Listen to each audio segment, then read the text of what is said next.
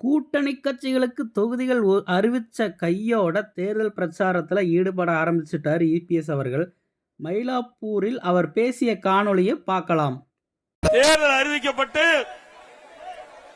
முதலாக மயிலாப்பூர் சட்டமன்ற தொகுதியில் உங்களை சந்திப்பதிலே மிகுந்த மகிழ்ச்சி. இறைவனுடைய அருளால் அனைத்து இந்திய அண்ணா திராவிட முன்னேற்ற கழக தலைமையிலே அமைக்கப்பட்ட தேசிய ஜனநாயக கூட்டணி பெரும்பான்மையான இடங்களிலே வெற்றி பெற்று 210 இடங்களிலே வெற்றி பெற்று அனைத்து இந்திய அண்ணா திராவிட முன்னேற்ற கழகம் அறுதி பெரும்பான்மையோடு அனைத்து இந்திய அண்ணா திராவிட முன்னேற்ற கழகம் ஆட்சி அமைக்கும்.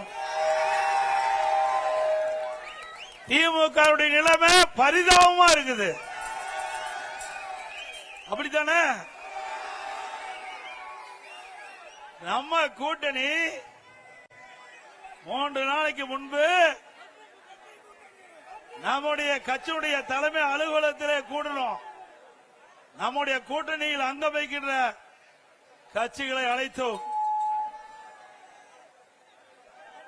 தேர்தல் நேரத்தில் நம்முடைய கூட்டணி கட்சிக்கு எத்தனை இடங்கள் என்று தேர்வு செய்து அறிவித்தோம். அடுத்த நாள் அனைத்து இந்திய அண்ணா திராவிட முன்னேற்ற கழகத்தினுடைய தேர்தல் அறிக்கையை சிறப்பாக வெளியிட்டோம். அடுத்தது உடனடியாக அனைத்து இந்திய அண்ணா திராவிட முன்னேற்ற கழகம் நம்முடைய கூட்டணி கட்சியினுடைய தலைவர்களை அழைத்து பேச்சுவார்த்தை நடத்தி எந்தெந்த தொகுதியில் எந்தெந்த கட்சியை போட்டியிடும் என்ற பேசி ஒருமித்த கருத்தோட இன்றைய தினம் நாம் வெளியிட்டிருக்கிறோம். அது மட்டுமல்ல, அனைத்து இந்திய அண்ணா திராவிட முன்னேற்ற கழகம் முதற்கட்ட வேட்பாளர் பட்டியலில் அறிவிக்கப்பட்ட கட்சி அதிமுக கட்சி.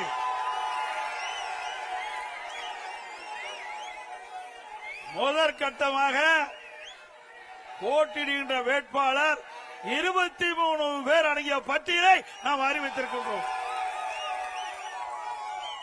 இன்னும் ஓரிரு நாட்களில் அனைத்து இந்திய அண்ணா திராவிட முன்னேற்ற கழக வேட்பாளர்கள் போட்டியிடுகின்ற பட்டியல் முழுமையும் வெற்றி அறிவிக்கப்படும் என்பதை மகிழ்ச்சியோடு தெரிவித்துக்கிறேன். திமுகவுடைய நிலை என்ன? திராவிட முன்னேற்ற கழகம் கூட்டணி அமைப்பதற்கு 20 நாட்களா போராடிட்டு இருக்கிறாங்க. ஒவ்வொரு கட்சியும் பதறிக்கொண்டிருக்கின்றது. திராவிட முன்னேற்ற கழக தலைமையிலே அமைக்கப்பட்ட கூட்டணி கட்சிகள் போராடி போராடி அவர்கள் தொகுதியை பெற வேண்டிய அவல நிலை அந்த கூட்டணியிலே இருக்கின்றது. அதிமுக அப்படி அல்ல. அதிமுக தலைமையிலே அமைக்கப்படுகிற தேசிய ஜனநாயக கூட்டணி கட்சிகள் தலைவர்கள் சுதந்திரமாக இருக்கின்றார்கள். திரு ஸ்டாலின் பேசுகிறார், கூட்டணி கட்சி தலைவர்கள் பேசுகிறார்கள். 10 ஆண்டு காலமாக தொடர்ந்து திராவிட முன்னேற்ற கழக தலைமையிலே பயணித்துக் கொண்டிருப்போம் என்று இருக்கிறோம் என்று.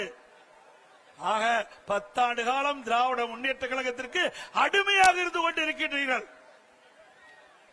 இப்படி அடிமையாக இருந்த காரணத்தினால்தான் 2021 சட்டமன்ற பொதுத் தேர்தலில் திராவிட முன்னேற்ற கழக தலைமையிலே அமைக்கப்பட்ட கூட்டணிக்கு ஒதுக்கப்பட்ட இடத்தை விட குறைவான இடத்தை பெற்றிருக்கின்றீர்கள்.